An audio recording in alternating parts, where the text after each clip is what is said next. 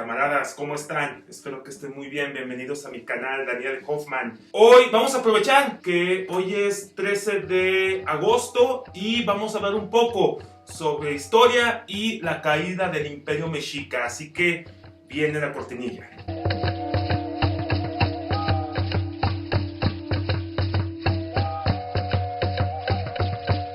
El 13 de agosto de 1521 cayó la capital del Imperio Mexica, que era la Ciudad de México, Tenochtitlan, en manos de un grupo de españoles y la mayor parte, un ejército de pueblos prehispánicos aliados con los españoles que le declaran la guerra al Imperio Mexica, lo destruyen después de una época de un poco más de 200 años de dominio de este imperio sobre lo que sería el centro de la actual México, la región de la Náhuac. Con eso termina el Imperio Mexica. Unas cosas importantes e interesantes que me gustaría hablar con ustedes en este video, y son referentes a algunas cosas que a veces damos por sentado.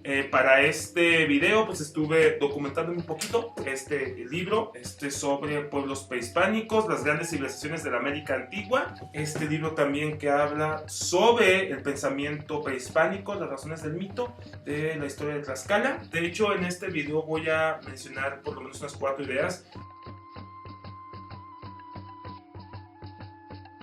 Tiene ciertos matices. ¿Qué entendemos por México? ¿O qué entendíamos por México en ese momento de la primera mitad del siglo XVI? México estaba limitado como tal al territorio que dominaban los mexicas, básicamente el centro del país y varias regiones que tenían controladas, ya sea mediante conquista militar o mediante tributos que tenían que darle al Tlatoani de Tenochtitlán. La influencia mexica como tal llegó incluso hasta regiones de la península de Yucatán. En el norte también tenían ciertos contactos con algunos pueblos, no eran muchos, pero el centro como que estaban dominadas por completo, y eso era lo que era el Imperio Mexica. Los mexicanos como tal eran los habitantes obviamente de este imperio, los que pertenecían a este imperio. Los mexicanos como tal no eran obviamente mayas, no eran tampoco los tarascos, no eran tampoco los wixárikas, los mixes, los mixtecas, los zapotecas, los apaches, etcétera, los yaquis, los comanches, que son pueblos que habitan. Entonces el concepto de México como tal estaba delimitado solamente al territorio que controlaba el Imperio Mexica. El resto eran por supuesto los nativos. México como tal no existía como una identidad y una entidad política. Eso va a ser hasta 1821 con la independencia. Varios señoríos que estaban ocupando el territorio de lo que era México. La conquista del Imperio Mexica como tal sí termina en ese momento cuando cae la ciudad de Tenochtitlan y Cuauhtémoc se rinde ante Hernán Cortés y ante sus aliados tlaxcaltecas y tepanecas y demás pueblos. Después vendrían otros territorios que tenían que conquistar más adelante, que no fueron fáciles por supuesto, y otros pueblos que ni siquiera pudieron ser conquistados, o que fue a través de pactos con los que se logró dominar el territorio. En el centro norte de México se desataría tiempo después la guerra del Mixtón, una guerra larguísima y que casi derrota a los españoles y sus aliados tlaxcaltecas. Se tardaron, pues fue mucho después de 1521 el dominio del centro norte de México. Desde los territorios mayas, ya el pueblo maya ya había pasado su momento de esplendor, las grandes ciudades ya no eran tan poderosas. Sin embargo, tardó mucho los conquistadores en dominar este territorio. El último baluarte maya que conquista a los españoles sería muy entrado en el siglo XVII, 1697, si no me falla el dato. Los mixes, por ejemplo, que estuvieron en Oaxaca, jamás fueron conquistados ni por los mexicas ni por los otros pueblos que estuvieron antes de los mexicas. Y otras tribus más, yaquis, comanches, etcétera, tampoco fueron conquistados. Entonces eso de conquista de México es un poco complejo, ¿vale? No fue un proceso largo.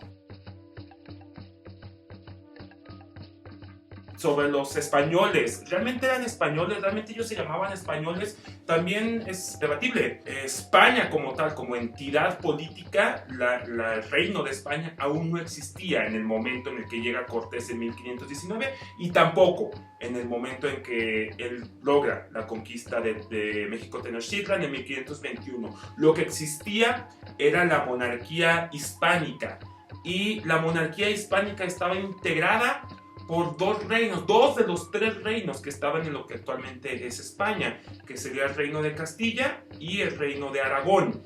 Estos reinos se unen, no completamente, en algún momento se había pensado, se pensó la fusión, por supuesto, se unen en el matrimonio entre Isabel de Castilla y Fernando de Aragón. Sin embargo, no se crea ahí o no se funda completamente el reino de España. Tomará tiempo después para que se empiece a llamar de ya reino de España.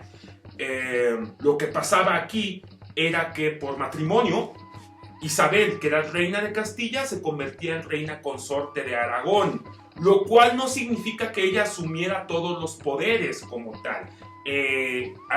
A ser reina consorte, ella estaba supeditada a el poder del rey Fernando, por así decirlo. Fernando en Aragón era el que tomaba la última decisión en cuanto a políticas referentes al reino de Aragón. En caso de Castilla, Fernando se convierte obviamente como rey de Aragón, se hace rey consorte del reino de Castilla, pero la que tiene el mando o el poder es Isabel. Ella es la que toma la última decisión. No significa con esto que no tomaran en cuenta la opinión del otro, no, por supuesto que tomaban su opinión, pero el que tenía la corona, el que ostentaba el poder como tal, en Castilla era Isabel y en Aragón era Fernando. Llevará un tiempo después, obviamente sus hijos iban a heredar los dos reinos. Si tuvieran un hijo varón, que lo tuvieron, desgraciadamente murió.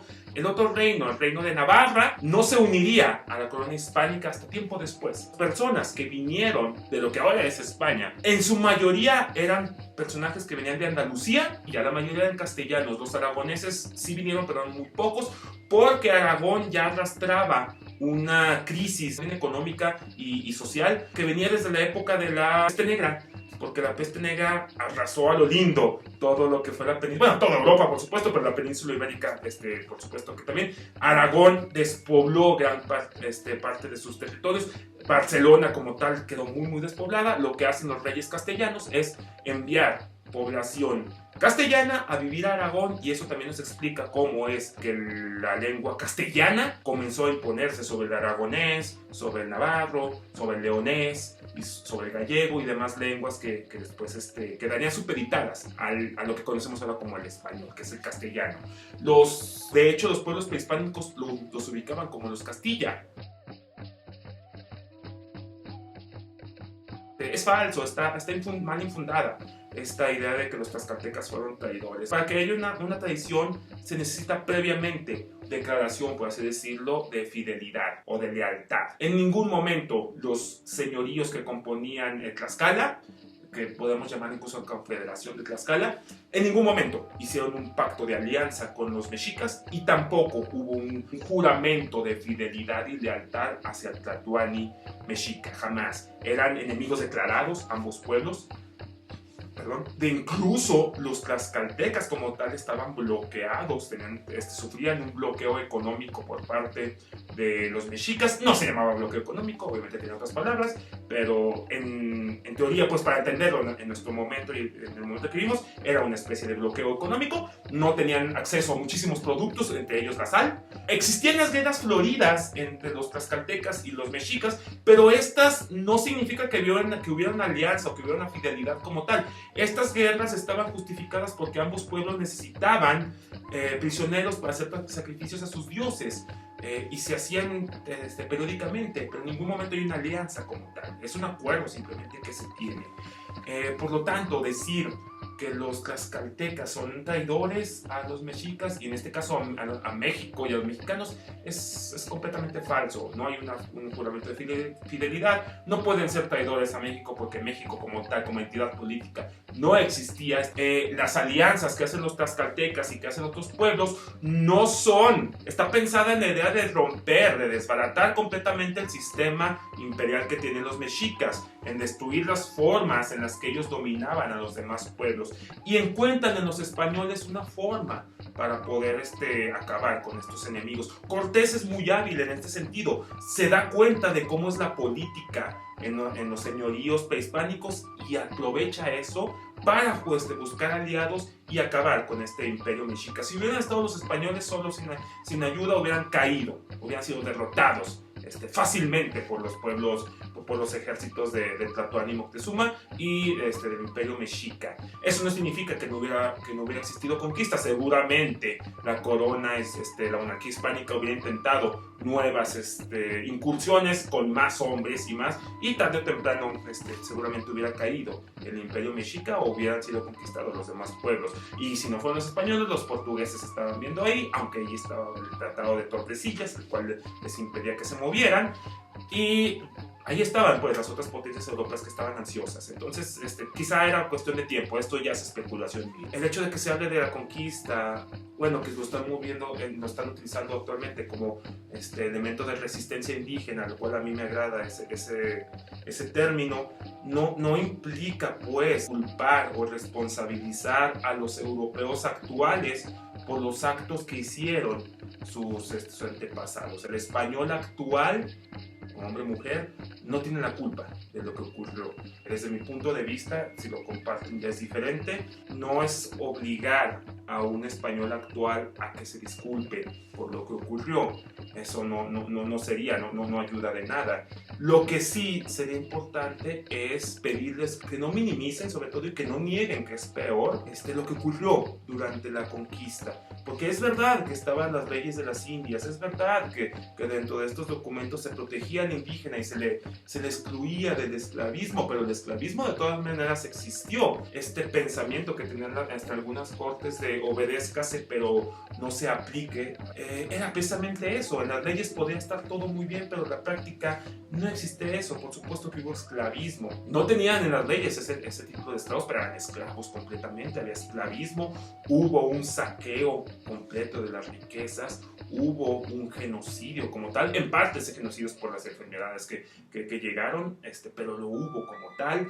Simplemente es que la historia se hable como es, ¿vale? Que sí existió el saqueo, sí existió el esclavismo, sí existió esta forma de subyugar a los pueblos prehispánicos. Yo soy un producto pues de esta mezcla entre españoles y pueblos indígenas. Yo soy un mestizo como la mayoría de los habitantes de México y del continente de Latinoamérica en general, pero tampoco puedo negar que existieron todo ese tipo de cosas, las hubo. Como también tampoco caer del otro lado y creer que los pueblos indígenas eran pacifistas y que no, por supuesto que no. El imperio mexica era como todo imperio en su tiempo.